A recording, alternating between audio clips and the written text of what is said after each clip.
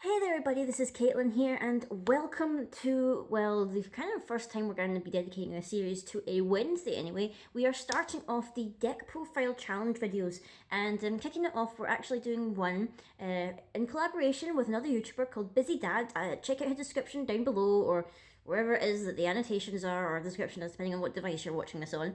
But the challenge the style of the challenge or whatever is that I'm going to be kicking it off this week. I'm going to be setting the challenge, giving you my deck list, whatever, and my explanation for it, and then challenge him in order to, say, build his own version of his own version of the deck, but with the same ruler, to see what different ideas we have when we come up with it and stuff. So the challenge that I set for this week, because I'm kicking it off forever since, you know, he was nice enough to like plug me and stuff in his channel. Go check him out, by the way, if you've not seen him. Again, link in the description below. But I'm starting off here, and my challenge here was to build a deck focusing on the new Faria, and I'm going to set it to New Frontier, so basically Alice and Lapis Cluster only. No Grim at all. So that's what the precedent is for this. Other than that, no other barriers withholding. So basically, New Frontiers, Alice and Lapis Cluster, Faria. This is what we're going to do. Now, I'm going to do this in a different style to how I normally do deck profiles, mainly because I feel I want to interact with you a bit more, and because it is like a challenge, I feel like I should, like, you know, include my face a little bit more. So that's the style that we're going to be doing this challenge in. Now, and obviously another reason I'm doing this different is because I have the deck list on my iPod here just so I don't actually forget it, because I don't own a lot of the or multiple copies of the cards that I intend to like build this deck in. So that's why I've got like basically the deck list here so I don't forget it, because sadly I don't own many copies of these cards because I've actually traded most of them away because I have no intention of ever using Faria. But I thought it'd be interesting because I had no intention of building for her, the idea of building a deck for her, because, you know, it's just like, I know out of all of them I wanted to build Valentina and Lumia. I'm not interested in Fox, Faria, or Sorrel, so I figured why not start the challenge off with something that I didn't even intend to build in the first place, so I thought that'd be pretty cool. So I have my little list here so I don't forget, and I've also got some of the cards here or whatever so that at least I can show you them to the camera, even if I don't have many of them, because again I traded most of them away for things that I needed more so. But obviously we're starting off with the actual ruler here, which is, well, it starts off on the ruler side is Glorius, the Masked Crusader. I'll just be giving like brief explanations about, you know, things. So I picked Faria to start off with because obviously I have no intention of building for her, and she's also one of those characters or whatever that I kind of like. I don't want to hate her, but like circumstances outside of my control really make me like dislike her existence. I feel like maybe it's because of the many times that, you know, this character has came back in some form or another. I mean, what has she had? She's had like, well, she's now technically had 3 rulers. She's got the original Faria, she's got the memory, like the Memory of Ataratica ruler, and now she's got this one. She's one of those characters where if I had to choose one of the Ataratica characters to come back to life, definitely wouldn't be choosing her. Not too happy about her. But anyway, going into the actual ruler itself, so we don't start bitching again about stories. And obviously the judgment for Glorious is 1 light, 1 wind, and 1 void. 3 cost for all the rulers or whatever from the Legacy Lost. That's a tongue twister so much. And then obviously you've got the Energize, which can be light or wind. And it also has the ability where you can discard a card with Inheritance and draw a card. Play this ability only during your turn and only once per turn. I wouldn't really like to discard an Inheritance card just to draw, because there's very viable green and well, actually it's mostly green that draws. There's plenty of green cards that allow you to draw, so I feel like tossing away an Inheritance just for that is stupid, because Inheritance actually saves you in so many different situations. Like, you wouldn't believe, like, I even ran Inheritance, like, on a couple of things in just some other builds that weren't Faria, and they were really good. Like, they were perfect, and, like, I love the ability now.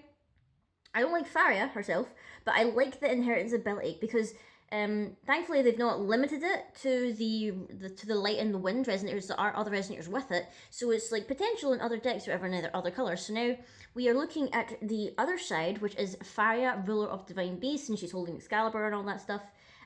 She's a 1000/1000. Obviously she's light and wind. She's a human/divine beast. You know, very interesting considering that she's dead. When she enters the field, we put the top card of a Magic Stone deck into our field. I think Milliam had a similar ability or whatever.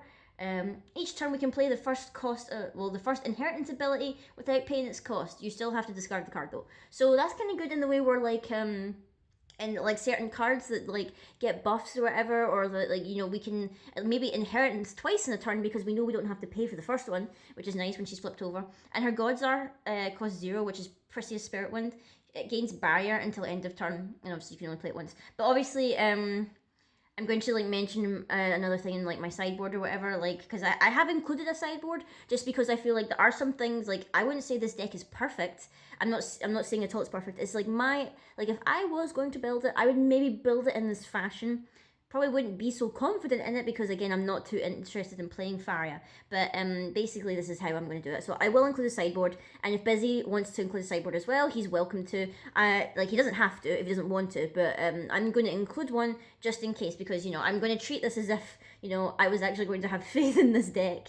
So next up, we would have 4 copies of the Beast of Holy Light there. I don't know if you can really see it, the kind of light in my camera or whatever, and it looks a little bit, I don't know whether I've never noticed whether when I'm doing front-facing camera, whether text actually gets flipped in the video, or whether it still looks backwards. I've never actually really noticed, but maybe we'll find out. But anyway, the Beast of Holy Light is really cool because he's a 1 light, he's 300, he has barrier from fire and darkness, which is really good because, you know, a lot of the times, well, in recent times, I've felt that people are running stealth more and more, so basically darkness, basically dark spells and whatnot. And his inheritance is only 1, and a target J/Resonator, which is good because it works for the J-Wheeler, gains 300, and barrier from fire and darkness spells and abilities. Or abilities? Is it abilities as well, or is it just spells? I'm pretty sure it's abilities as well, but I need to double check that. Then you discard the card. So yeah, I mainly have him in here, and what is the other one? Him and the Sacred Beast of Wind, they're both mainly in here just for their inheritance abilities, because I'm running 4 of the Sacred Beast of Wind, who's like similar in that he's a 1-drop green, 300. It has flying, which is a little bit better, and when we inheritance, a target J/Resonator gains 300 and flying until the end of the turn. So running 4 of these with the intention of never letting them hit the field, but actually using their inheritance and whatnot to buff stuff up, because it is like one of the like people don't think 300 is maybe that much, but sometimes it, you know, it can get you that scrape by. So that's why I would feel like running those at 4 would be good, because, you know, ideally we would prefer to use them for inheritance than actually putting them into the field because they are pretty weak. Next up, we would be running, my cards are out of order here, so I apologize because they're out of order from what I've got in the deck list. Next up, we would play 3 of Red Riding Hood, who is super duper foil, but not the full art one that I pulled or whatever, because I believe I traded that away for other stuff. But she's still pretty. I still like the kind of like the hollow rare version of her, even if it's not the full art one. It's still nice. So she's our 2 cost, 300. When she's put into the graveyard, we get a magic stone into our field rested. She gains 400 as long as we control 5 or more magic stones, which is very nice. She's also a green, so, you know, it's totally cool as well. And she gains swiftness, first strike, and precision as long as we control 7 or more magic stones. So basically, the longer the game goes on and she sits there, the beefier she gets. And we're running it at 3 because obviously she's still pretty soft and squishy for a 2-drop. So that's why we don't really want to run her too much. Plus, she doesn't have any inheritance stuff, so that's why we're kind of like, meh. She's kind of mainly there to sit in the field and like just like chip away until like we know we can get to like the 5 stones or more, or until we can like let her die or whatever to get an extra stone. And then next up we have 3 of the White Horn. Is it Kaichi? I never know how to say this card right. It looks like a gorilla. It looks like some kind of weird gorilla thing with like massive horns and like a really long tail. It's really weird. I don't even know what it's meant to be. But it is a light and a wind, 500, and we're running 3 of it. Yeah, as I said that. 3 of it. What it does, it has precision, which, you know, is fair cop for precision. And our inheritance is the same cost as what it is. It's a light and a wind. And a target J/Resonator gains 500 and precision until end of the turn, which is pretty solid. So if we could, I would say we would like to maybe we would like to keep this in the field at least, because it is a 500 and people don't really expect much from it. Its inheritance will be good in a pinch, but like, you know, preferably we could like let it come into the field and whatnot. Next up, we're having 3. Are we?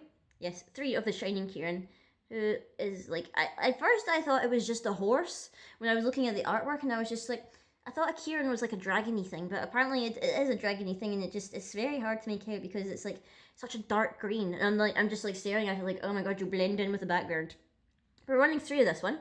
It's a light, a wind, and a void for 6,600. When it enters the field, we draw a card. See that draw potential there, and we didn't even have to discard it. Although if we play its inheritance and whatnot, which is the light, the wind, and the void, a target J/Resonator gains 600, and we draw a card. So either way, whether it enters the field or we're inheriting something with it, we're still drawing a card. So we're still getting that draw power from it, and running it at 3. And then next up, for something a little bit different, I'm going to be running, well, I would run 2 Tsukuyomi Nobles. You would think, why would I even do that? One, I'm going to be running Kaguya the Lunar Researcher. And 2, we are also running Apollos. So basically, we will control a moon, so Kaguya can come in cheaper. She's also really good in the fact with her ability where its players can play activate abilities of resonators they control unless they control moon. Tsukuyomi Noble is a moon, so she counts herself, so that's fine. We can, like, you know, and we can pay for her awakening with Apollo, and the one that's like when this enters the field, destroy target non-moon addition. If you do, put 2 100 counters on it. So at the off chance that they have an addition, like I'm trying to think of an addition that would be really annoying.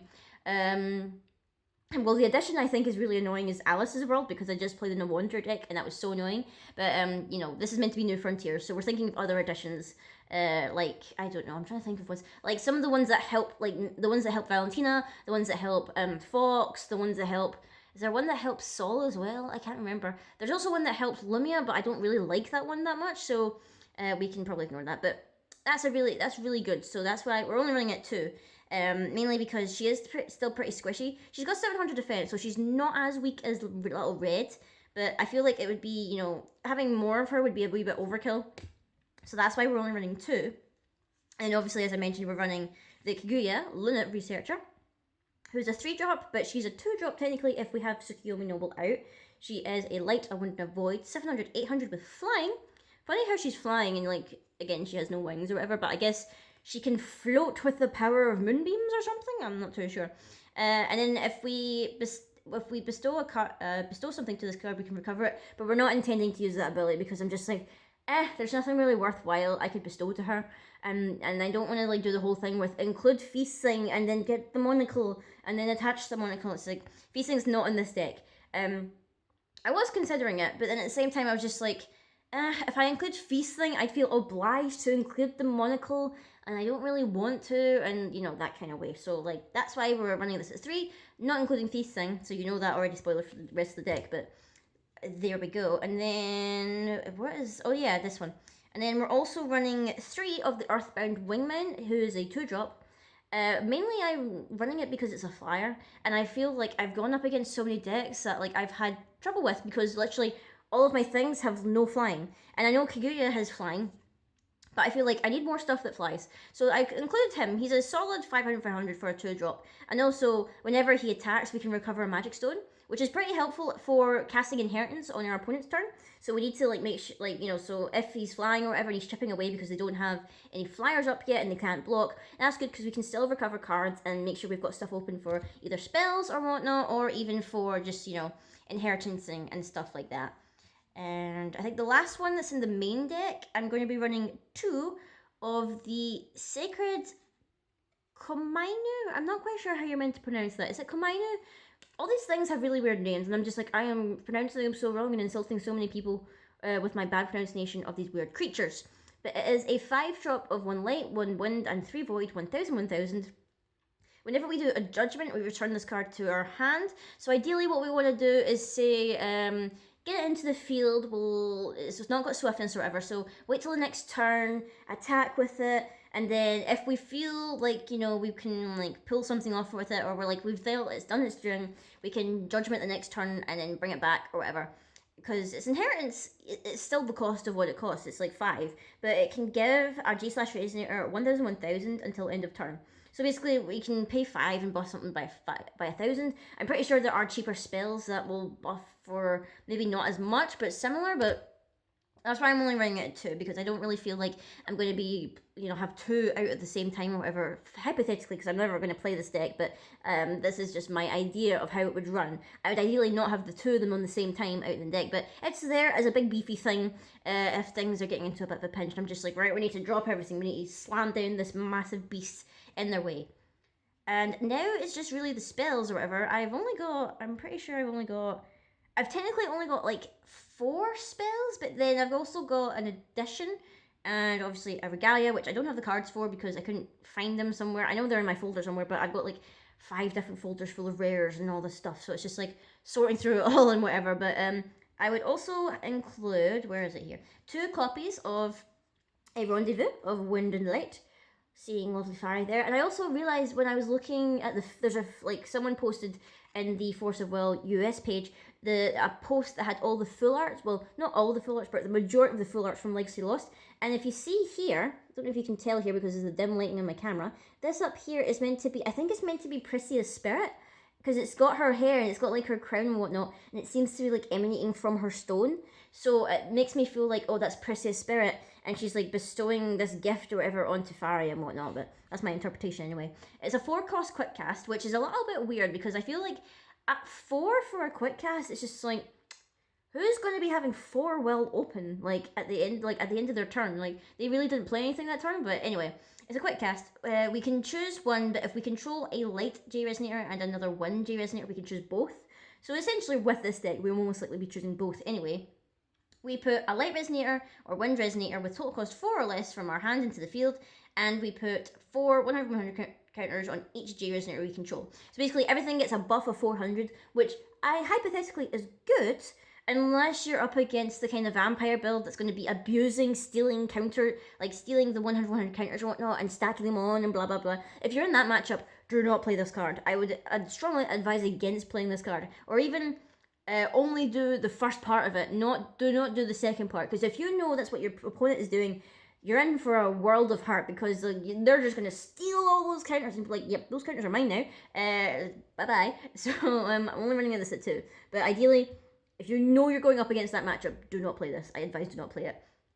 Next up, we have 4, isn't that right? Yes. 4 of Gale Force, which is like the Godsend card, which I kind of wish I ran in my, I was at a Wonder tournament recently. I went up against 2 Alice World decks, which was really painful, because I don't run Alice World, because I refused to.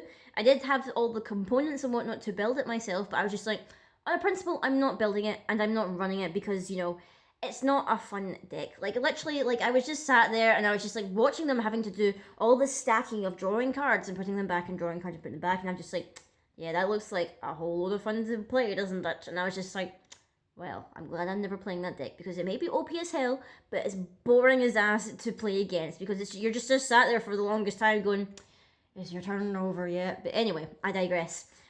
For Gale Force, which is a 1-drop quick cast, destroy target resonator with flying. Clever. Many of the dragons that have came out. What else has flying? A lot of things have flying, actually. So this is very helpful.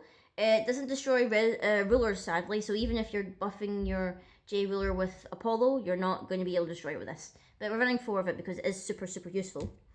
We are also running... We're also running Faria's Summon. For some reason, I've not actually written it down here on my thing. I have no idea why. But I would probably run it at 3. I think I would run it at 3, yeah. I'd run Fire Summon at 3. It's a light wind quick cast chant. Search your deck for a resonator, reveal it and put it into your hand, then shuffle your deck, and you can torrent it, and the ability is recover up to 1 target magic stone. So ideally you could say play it with like another thing or whatever, torrent and recover magic stone. It's pretty helpful. I don't have it on me right now, but I was also running 2 Apollos, mainly for giving Faria flying, and for doing the Moon Awakening for Tsukuyomi Noble. And other than that, that's really all the Regalia would be doing in this deck. And the other thing I would include would be 3 Winds Include Refuge, potentially to sideboard out, but they're there mainly for the fact that we need to protect Faria from Moonbeams, because Moonbeams are a problem, and also the drawing card when entering is also very handy. So we're running 3 copies of that, but they could easily be sideboarded for something else. And we would also run 4 copies of Seal of Wind and Light, which is obviously cancel target spell, And we can also use the Apollo to awaken this so that players cannot chase the card. So that would really be it for all the spells. As for the magic stones, I mean, it would be pretty standard or whatever. We would have 4 Pricia's Memoria. We would have 4 magic stone of Gusting Skies, which is the jewel stone for light and wind. And then we would just run 1 magic stone of wind and 1 magic stone of light, just to make sure it's up to 10. As for a sideboard, I would actually include 4 Divine Beast of Ataratica. If you want to like look at this guy here, he looks epic as a full art, by the way. I would include him as a sideboard because there maybe at some instances you're like, right, I suspect I will be losing a lot of life in this game because either they have something that, either they're going aggro and they're running lightning strikes and whatnot, or, you know, terrible things are happening and whatnot. So this is really good, especially since we've got a lot of inheritance. So we can get the 200 buff that he gets, and also whenever this card deals damage, you gain that much life. So basically, buff him up really much. Really much? That's not really good English, is it?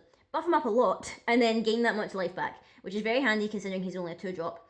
And he also has an inheritance of give something 600 until the end of the turn. But ideally, you would play him. Like you wouldn't use him for his inheritance. You would use him for fighting. And then the other thing I would sideboard, because I just forgot about this here, but the other thing I would sideboard would be Zero's Familiar, mainly because of the fact that it gives your J Ruler barrier.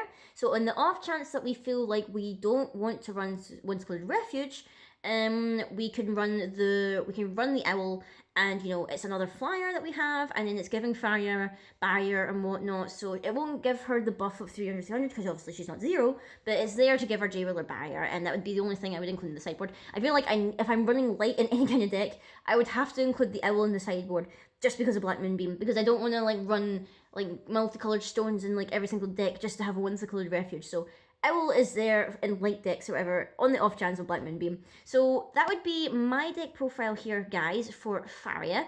I'm going to leave, as I said at the start of the video, leave a link in the description for BizzyDad's channel. Hopefully, if he sees the response or whatever, he'll have his video out. I'm not quite sure how long he'll be in making his video. I mean, obviously, we've got time differences and whatnot, so you need to take that into consideration, but subscribe to him, keep an eye on this channel and see a result, and then like once you've seen both videos, leave a comment down below in either my video or his video and see which deck you prefer, and maybe suggest some rulers and that we should pick for the next challenge, because after this one he'll be picking the next ruler to do the challenge on and whatnot. So keep an eye and subscribe to both of us, whatever, because we're both massive Force of Will fans and whatever, with like, you know, with a lot of content to give. So if you're a fan of Force of Will, definitely subscribe and whatnot. So until next time, guys, I will see you all later.